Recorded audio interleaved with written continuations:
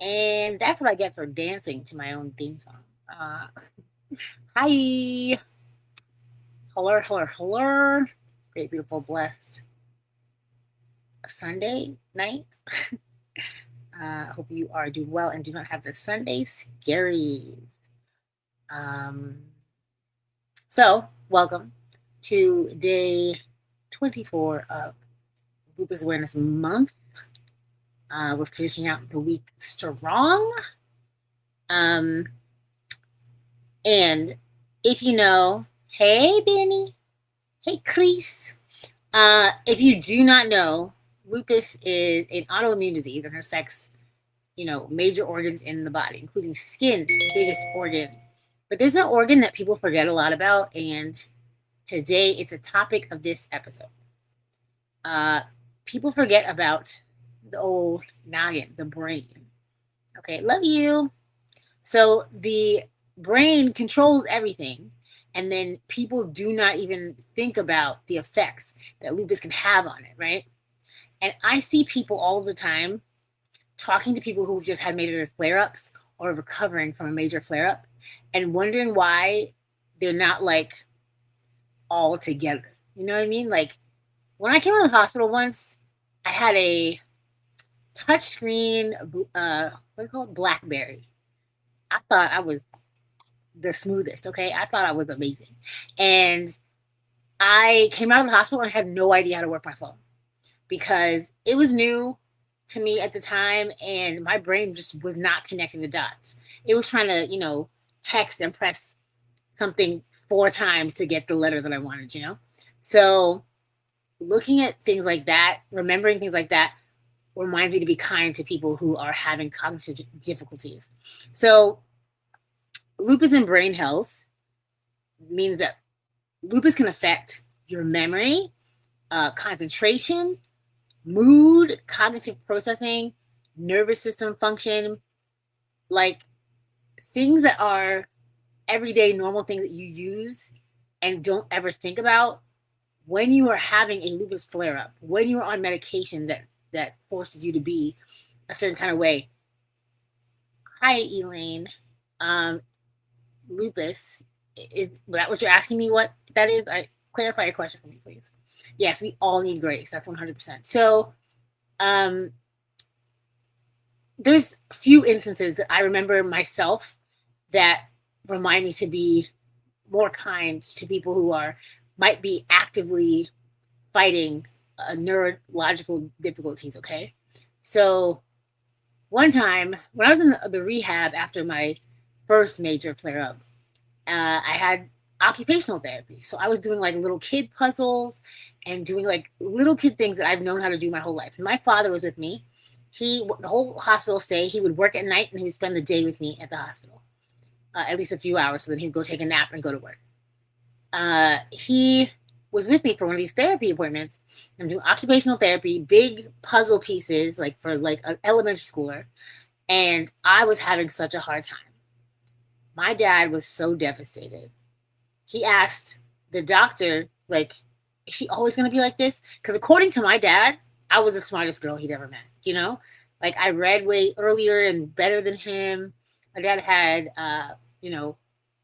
dyslexia and, like, he had trouble learning. So for me, I was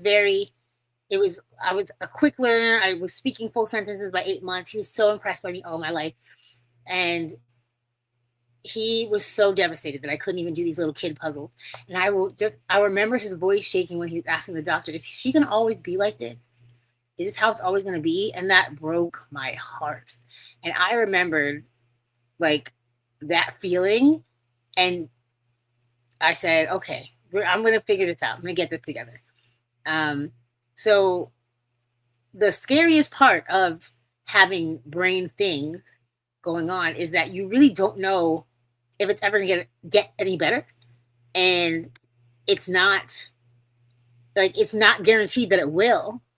But I also want to make sure you remember hoping and praying and convincing yourself that it will get better is way more helpful than sitting there and stewing in it and being scared that it's going to not ever get better, right? Like the only helpful thoughts to have at that time are, I'm going to get out of this. My brain is going to work properly. I will rebound to where I was at, that kind of thing. Um, that comes with the affirmations that I'm always doing. Like, what's helpful right now to me? What is going to make me feel like I'm a more capable, more, happy, hopeful, healed person, is to think on the bright side that this might happen. Okay, so some facts like I do. Lupus can impact the central nervous system, sometimes called CNS lupus or neuropsychiatric lupus. So there is a lupus that is specifically towards the brain. How terrifying is that? The brain is a huge organ, okay? It controls so much. And lupus can attack the brain as if, it's an intruder in your body. We had a guest on, Olania, and she had brain surgery. They removed a piece of her skull because her brain was swelling so badly that it could not take her skull being there. And she had to wear a helmet until they figured out how to get the inflammation down. And then they attached her skull back on, and her body was still rejecting her own skull. And they had to do procedures. She was having seizures, all this stuff because of a lupus. So never think that, somebody with a chronic illness like lupus is like slow or faking it or whatever. You have no idea what lupus is doing to them. So inflammation, clotting issues, immune activity can affect brain function. With fatigue, poor sleep can worsen cognitive symptoms. So if you are not sleeping, which a lot of lupus do not sleep due to medication, due to worrying, due to anxiety, when you are not getting enough sleep, it's almost the same as being drunk. I think that they said driving without enough sleep is worse than being drunk. So be mindful that, like, whatever condition your friend or family or acquaintance is in, it could be because they are not sleeping, because lupus is attacking their brain. Be kind. Just give them the benefit of the doubt that it's not them being, anything other than their best at this moment, okay? So brain fog is super common, even with like regular, schmegular lupus or any kind of chronic illness, honestly. I honestly believe it's like all the medications mingling in your brain. And like, I wish I could explain in words. I've thought about a lot. The experience of proper brain fog. Maybe it's like pregnancy brain. Never been pregnant, not even a little bit. But maybe it's like that. It's like it's like your thoughts are wrapped in film or a deep fog, like they say, and you are just fighting to get to it. Like, you want to think of something, or like concentrating on what the thought you're looking for is impossible. And there's not like a remedy for brain fog, right? Like, you get the proper rest, you get the proper nutrition, you get the proper water, and it can help. Like, I know for me, the warrior mom, Brenna, always says, when the body moves, the mind grooves. I know a lot of the time when I cannot get myself to focus, walking on my walking pad, going outside, jumping up and down, like wiggling just to get my blood flowing can really help me sometimes. So brain fog is legit for so many people. And I hate that it sometimes has people discount the person. They're like, oh, they're not very smart. That's not true. There are, scientists and doctors and things like that have like tremendous brain fog from a chronic illness like lupus. So again, be kind. I guess the topic of this episode isn't brain health. It's be kind. Okay, so let me think. I'm gonna give in 2021, I had a stroke. And for some reason, during that stroke, I knew it was happening. I named it. I called it out. So I'm in the room. I'm in the hospital bed. I was already there because I had listeria. I had new blood clots. I was having a really bad flare up already, right? And I'm laying in the bed. I'm joking with one of my favorite nurses that visit. And one of my best friends in the world was there visiting me because she lives close by. And we're talking and we're laughing. And then I just go blind. I just stop being able to see. And I say, am I stroking out? I think I'm having a stroke. And my nurse is like, what? And I'm like, I can't see anything. And immediately, all the like Doctors flew in, nurses flew in. I'm getting strapped up to everything. That my friend gets pushed out of the room. My mother wasn't there, so like they call my mother. It's just like a whirlwind of things, and it's a blessing that I was in that hospital, in that bed with those people at the time that I had that stroke, because it could have been really, really terrible. And yeah, but blood clots that travel around, those are partially a brain thing, right? Like blood brain barrier, blood brain connection, it's all very interconnected, okay? And the fact that I could understand what was happening miraculously was insane. But the healing from that stroke, I was nervous that my brain would not bounce back the way it had before, because it took so long, the original time that I had so much cognitive difficulty when I came out of a 3-month hospital stay. So this 3-month hospital stay, I was sharper. I mean, I know it was a little slower, but I was much sharper than the first time, right? I did 6 weeks raw vegan. My mother helped me. I was doing, before that, I did 6 weeks, 6 weeks? Yeah. 6 weeks of IV antibiotics for the listeria in home, right? So I'm doing that every 4 hours. And then, like 24 hours, every 4 hours. And then after that, to get all of the antibiotics out of my body, to get my cognitive, like, back to normal, I did 6 weeks raw vegan, and it really, truly helped. I'm not a doctor. Don't listen to me. I'm just telling you what happened with me and how it helped me, because it's like my brain was drowning in medication. So I could not think straight. I could not concentrate. I was so confused all the time. And it's like, it feels so desperate, and it feels so terrible to be confused all the time. That's why I feel like I understand my grandma is, battling dementia, Alzheimer's dementia right now. And imagine waking up every day not knowing where you are, or who you are, or who these people are who are talking to you. It's crazy. So, yeah. Let me think. So another thing, I want to make sure people understand that, like, brain things and physical things are not always the same, right? Like, you can feel tired physically, or you can feel mentally tired, right? Like, I go to these big events and I get so inspired, and I love my people, and I have a great time. And simultaneously, when I was out there, I'm recording these videos, I'm doing these lives, I'm getting the content, right? Like, it is not small. Like, I'm doing a lot of things simultaneously, and my brain is going. I have ADHD today. Oh, sidebar. My vocal stem today is crazy. There's a TikTok song, the Puerto Rico song. Have you heard it? I cannot stop. I'm annoying myself singing this song over and over. Maybe I'll post it, but I digress. So physical tired and mental tired are different. Maybe emotional tired is different. Give yourself grace. Give other people grace. There's moments that I didn't feel human because my brain was not working properly. There's moments I didn't feel human because my body wasn't working properly. I felt disconnected to who I thought I was, who I knew myself to be. And you're not alone if that's what you're feeling right now, or you've ever felt like that. It's very common, and nobody talks about that. And it's not a woe is me. It's a, hey, it's not forever. You can come back from that. You can bounce back from that.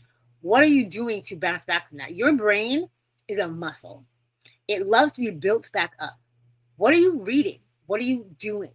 Who are you hanging around? Like, do not wallow in this. Even if it feels hopeless, like your brain will never come back to normal, it is possible for it to come back to normal, right? Okay, so to combat all of this, I do a lot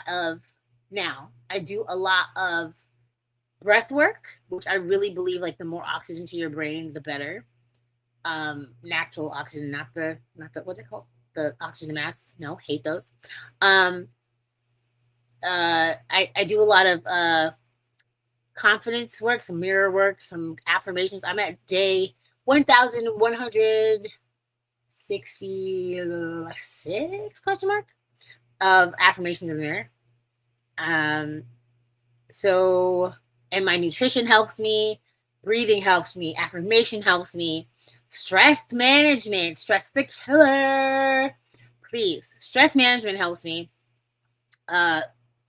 Getting routines in place. Like I love, one of the human needs is variety or like spontaneity and routine. Those are both, like in certain things you need spontaneous moments, and certain things you need routine to keep your brain at ease. I identify the things that give me comfort when they are routine, and I identify the things that I love to do spontaneously, and I make sure I get those things. Like it's a hug for my brain. It's like all my vocal stems and singing random whatever. Like, I grew up not knowing if like what's wrong with me or whatever, being undiagnosed with ADHD for my whole life until like 30 something. So now I understand, like, okay, so my brain is different and I get to figure out what is going to comfort me. And it's not weird. It's just a little different. And now I can identify the things, and I can see other people would identify and be like, oh, they got it too. Like, so please figure your stuff out. Try these things out. Rest, slow down, like write down all the things that are like symptoms. Hold your stress like in a book, not in your body. Hold your stress in an activity, not in your body. Stress is the killer. And get a community. How many times am I going to say this? A million, jillion, trillion times? Yes, probably. So if you don't know me, I'm Tennille, and I guide people through reclaiming their identity and designing a full life after diagnosis. And we're here, this community, to support each other. Do not think you're going through this alone. Do not think that you have no one to lean on or talk to or, compare notes with. I understand. I have been there. I have almost died several times. I understand, okay? So, my questions. Okay, cool. So, have you experienced brain fog? And this is for people with or without lupus, or, do you understand what brain fog is? Have you felt that before? Is it mothers, pregnant people, whatever it is? What helps you in your mental clarity? What gives you your brain the hug it needs, the rest it needs? What helps with your mental clarity? What do you wish people understood about cognitive fatigue? What do you wish people understood about brain tired versus body tired? So I've been loving these answers. They've been really, really good in my inbox. So lupus can, challenge the brain. It can attack the brain. However, it doesn't erase who you were. It doesn't erase who you are. It doesn't erase who you're becoming. You are still whole. You are still amazing. You are still supported. You are still loved, and you still owe yourself grace. Okay. And give grace to anyone out there who has been, fighting lupus and cognitive difficulty and, fatigue and that kind of stuff. But that's the end of today's episode. They keep getting longer. Help. Tomorrow will be my regular Happily Healed with Tennille Monday episode. I haven't posted anything about it, but I will. I thought it doesn't matter. I'm going to post it. We're going to do an amazing thing. I'm going to post like back-to-back posts right now. So if you are not following me everywhere, get on it. Tennille_the Captain on Instagram, Tennille Stewart on YouTube, and where else am I? Tennille Silly on TikTok. Where else am I missing? Facebook, Tennille Stewart. So find me, and I will see you guys tomorrow, 12 p.m. Eastern Standard Time. Be there. We're going to be doing a little bit more of this, okay? Have a great day. Stay happily healed. Happy Memorial Day weekend. Tomorrow is actual Memorial Day. Love you so much. Bye.